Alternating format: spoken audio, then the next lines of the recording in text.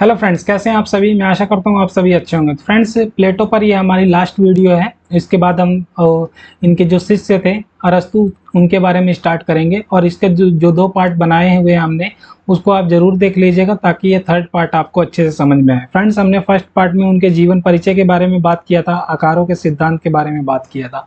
और उसके बाद जब हम सेकेंड पार्ट बनाए थे उसमें हमने आदर्श राज्य, न्याय का सिद्धांत और शिक्षा पर बात किया था। फ्रेंड्स, आज हम बात करेंगे इसमें साम्यवाद क्या था, उनका साम्यवाद पर विचार राजा को लेकर के। और साथ ही हम बात करेंगे स्टेट्समैन और लॉज में उनके क्या विचार थे, उस पर बात करेंगे फ्रेंड्स। ठीक है, कैसे उनके विचार बदल गए थे उस पर बात करेंगे। तो चलिए स्टार्ट करते हैं। अगर आपने फर्स्ट सेकंड वीडियो नहीं देखी तो पहले उसको देख लीजिएगा ताकि आपको और अच्छे से समझ में आएगा फ्रेंड। ठीक है, तो स्टार्ट करते हैं साम्यवाद। फ्रेंड्स, हमने बताया था उसमें कि प्लेटो क्या चाहता था। प्लेटो प्लेटो चाहता था एक आदर्श राज्य, आदर्श आदर्श राज्य चाहता था। और इस आदर्श राज्य की नींव क्या थी फ्रेंड्स, नींव या आधार क्या था इसका। आदर्श राज्य का आधार था न्याय। न्याय को कौन लागू करेगा फ्रेंड्स, दार्शनिक राजा, दार्शनिक राजा। फ्रेंड्स, ये जो साम्यवाद है इसी पर ही सारा बेस है।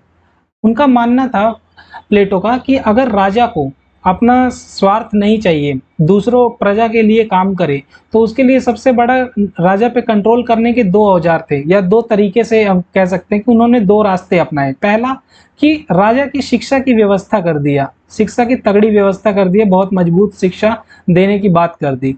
दूसरा फ्रेंड्स, उन पर साम्यवाद का कॉन्सेप्ट लगाया। साम्यवाद का इट मीन्स, साम्यवाद कि पत्नी, राजा की कोई पत्नी नहीं होगी। अभी समझते हैं इनको, पत्नी पत्नी नहीं होगी।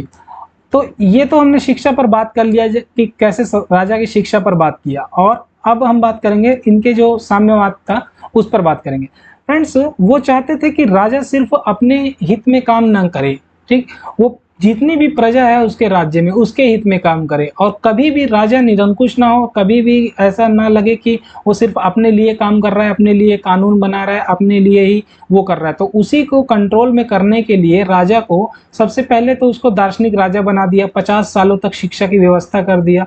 उसके बाद उसने दूसरा ये कहा कि अगर फिर भी वो निरंकुश या अपने हित में काम या स्वार्थी होता है, तो हमें स्वार्थी इंसान क्यों होता है। उनका, प्लेटो का मानना था कि जिसके पास फैमिली या परिवार रहता है वो अपने परिवार के लिए पूंजी जमा करता है, अधिक से अधिक पूंजी जमा करता है ताकि उसकी फैमिली अच्छी रहे, और वो उसी के हित में काम करता है। तो प्लेटो का ऐसा मानना था कि जो शासन करेगा, जो शासक होगा, उसके पास कोई फैमिली नहीं होनी चाहिए।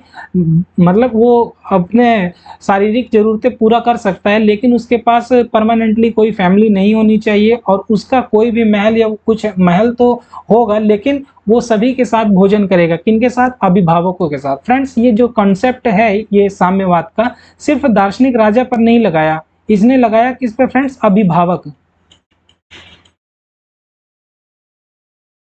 अभिभावक पर फ्रेंड्स लगाया। अभिभावक इसमें कौन थे, अभिभावक थे फ्रेंड्स इसमें दार्शनिक राजा, दार्शनिक राजा।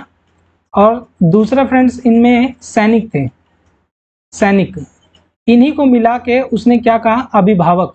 अभिभावकों पर ये कॉन्सेप्ट लागू किया। हालांकि जो आम जनता थी, आम जनता कौन सी, जो मजदूर वर्ग था, शिल्पकार था, उन पर ये कॉन्सेप्ट नहीं लगाया जो साम्यवाद का। और जो ये शिक्षा का, शिक्षा तो सभी को अनिवार्य था थोड़ा थोड़ा, लेकिन सबसे ज्यादा शिक्षा पर राजा पर बल दिया।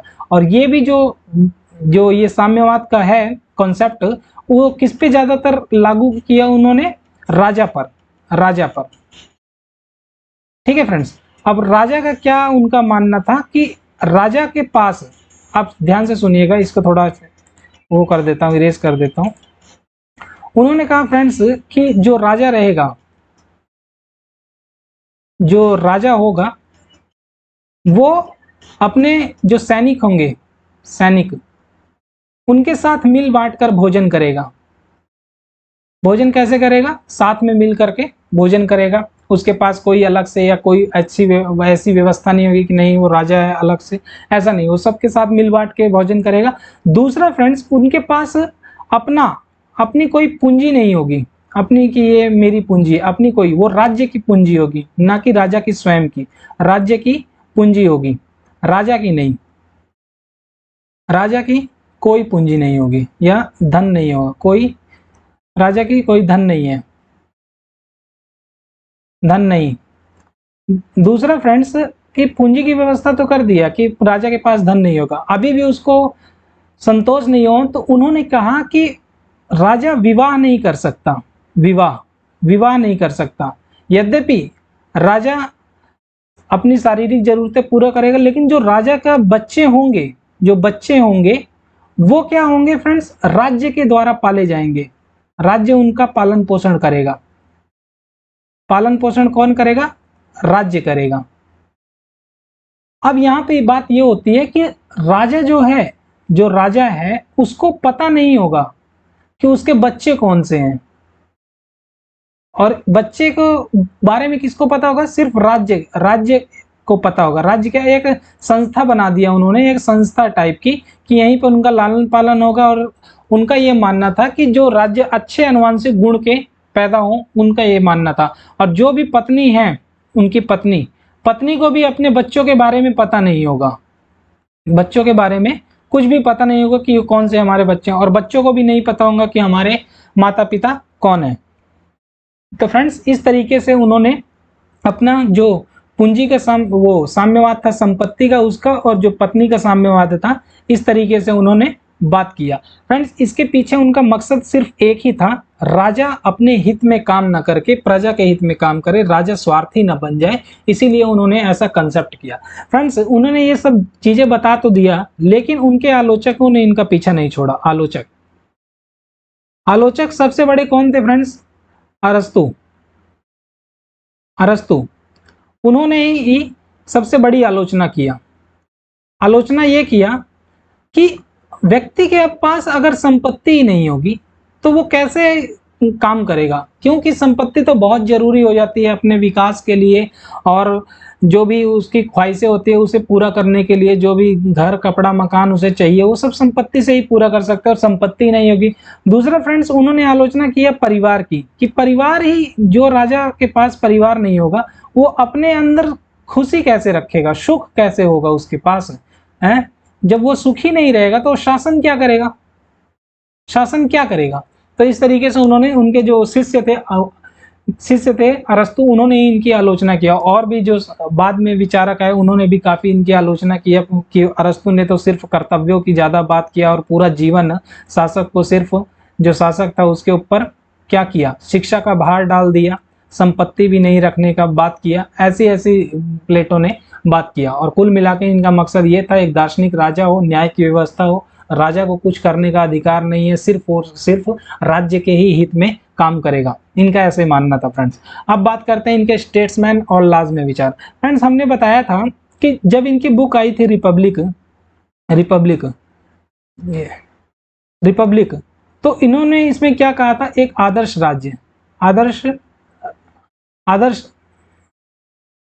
ये आदर्श राज्य, आदर्श राज्य में बताया था कि ऐसे ऐसे चीजें होंगी, दार्शनिक राजा होगा।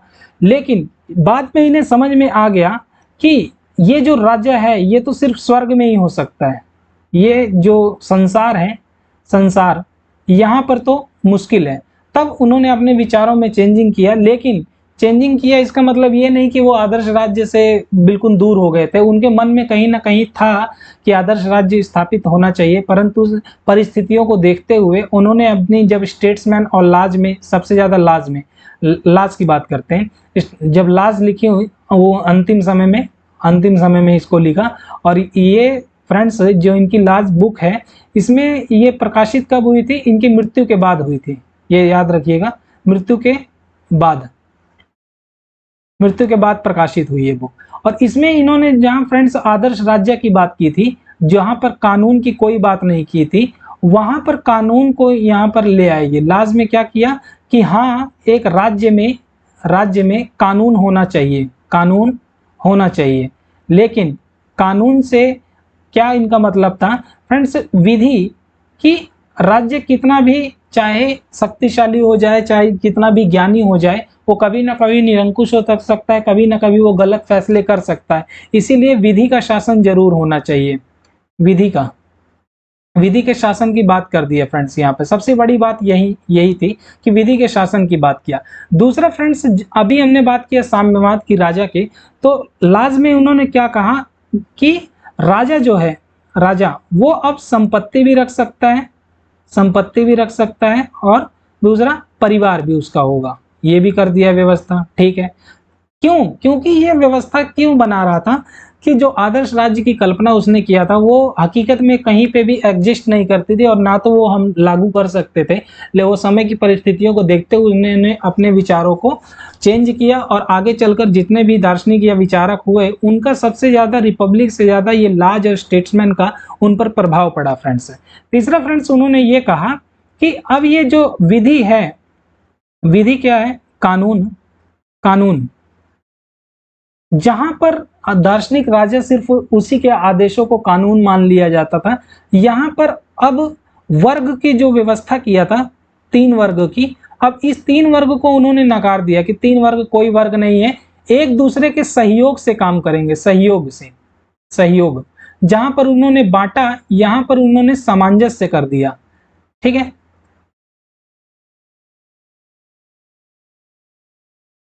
सामंजस्य कर दिया फ्रेंड्स।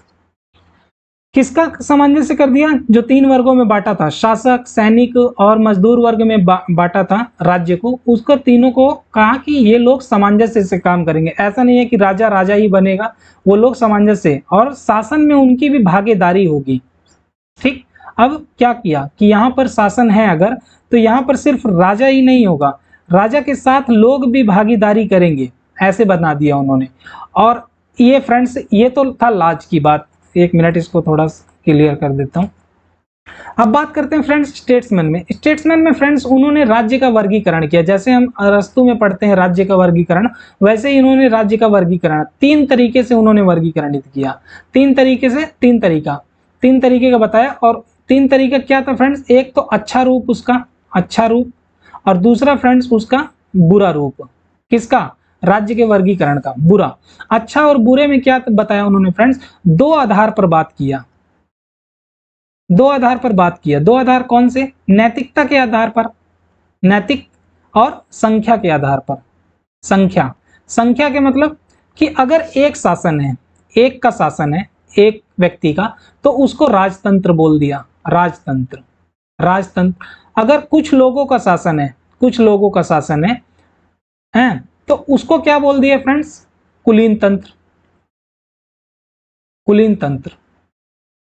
और फ्रेंड्स अगर और बहुतों का शासन है, बहुत लोगों का शासन है, तो उसको क्या बोल दिया फ्रेंड्स? प्रजातंत्र, प्रजातंत्र, या हम बोल सकते हैं डेमोक्रेसी, ऐसे भी बोल सकते हैं। तो उन्होंने ये बोला कि ये जो है अच्छा शासन है। कौन सा? राजा, जब एक का शासन है, राजतंत्र अच्छा शासन है, कुलीन तंत्र ठीक है, कुछ लोगों का शासन है, और प्रजातंत्र ये भी। फ्रेंड्स प्रजातंत्र को इसमें अच्छे में सबसे ज्यादा नीचे रखता है। वहीं पर फ्रेंड्स अगर राजा अपने हित में काम करने लगे, प्रजा के हित में काम नहीं करके, तो ये बुरा हो जाता है, और ये क्या बन जाता है फ्रेंड्स? निरंकुश बन जाता है, निरंकुश, निरंकुश हो जाता है, निरंकुश तंत्र इनको बोला। और दूसरा फ्रेंड्स, अगर कुलीन तंत्र अपने हितों में काम करने लगेंगे तो ये क्या हो जाए? धनिक तंत्र बोला, धनिक तंत्र, अभिजात तंत्र, अभिजात, एलिट क्लास जिसको बोलते हैं, अभिजात तंत्र, ये बोला फ्रेंड्स। इसका भ्रष्ट रूप, बुरा या भ्रष्ट, भ्रष्ट रूप। ठीक है, अगर प्रजातंत्र की बात किया तो फ्रेंड्स इसका जो भ्रष्ट रूप है, लोकतंत्र को बोला, लोकतंत्र।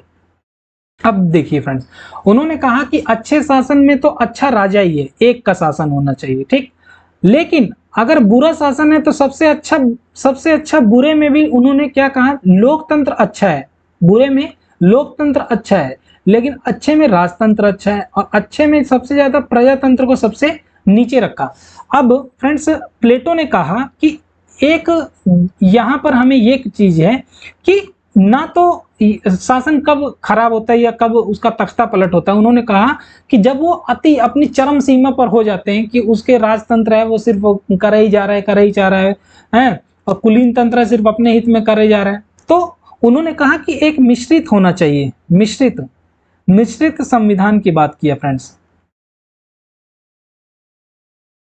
मिश्रित संविधान या राज्य की वो बोल लीजिए शासन व्यवस्था, ठीक है, संविधान, मिश्रित संविधान की बात किया फ्रेंड्स। उन्होंने कहा कि हम जो है यहाँ पर जो राजतंत्र है, कुछ गुण राजतंत्र के हों और प्रजातंत्र के हों, प्रजातंत्र के, ठीक।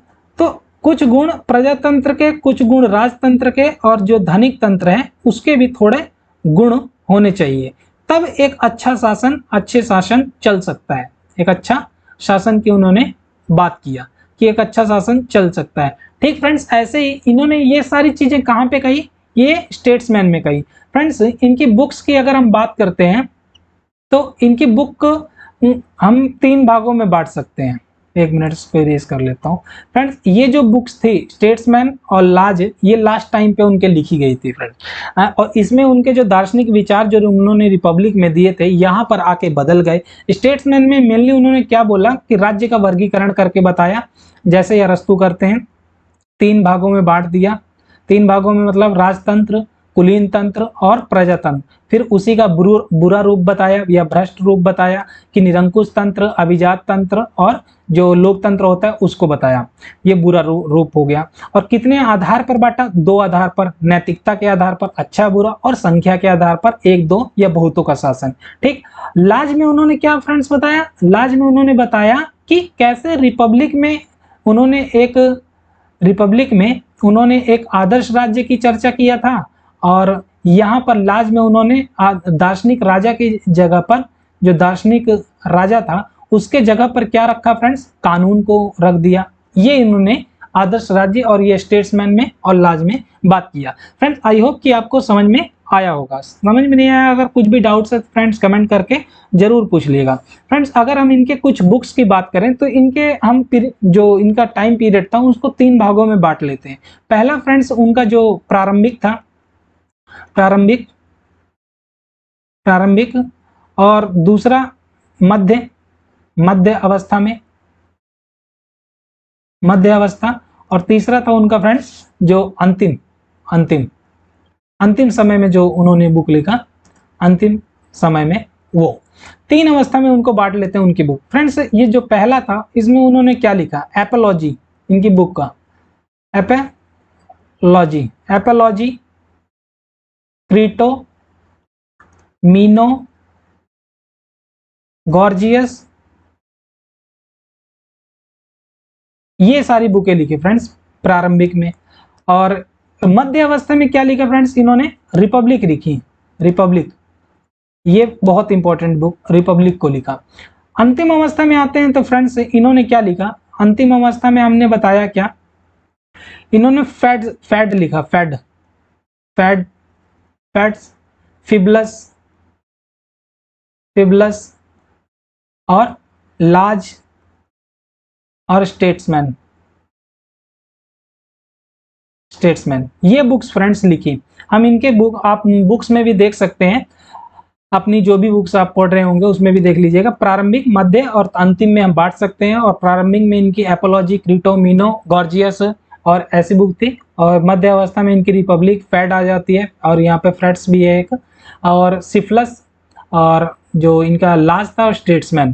फ्रेंड्स ये जो लाज है इसको उनका जो मृत्यु हो गई थी उसके बाद प्रकाशित किया था। और इसकी एक खासियत ये है कि ये संवादात्मक नहीं थी। जैसे हर बुक उन्होंने कैसे, कौन सी शैली में लिखी? संवाद शैली में लिखी। तो ये संवाद शैली में नहीं थी। कौन सी बुक? लाज। और लाज में क्या बात किया उन्होंने? कानून की बात किया। किसकी जगह? दार्शनिक राजा की जगह।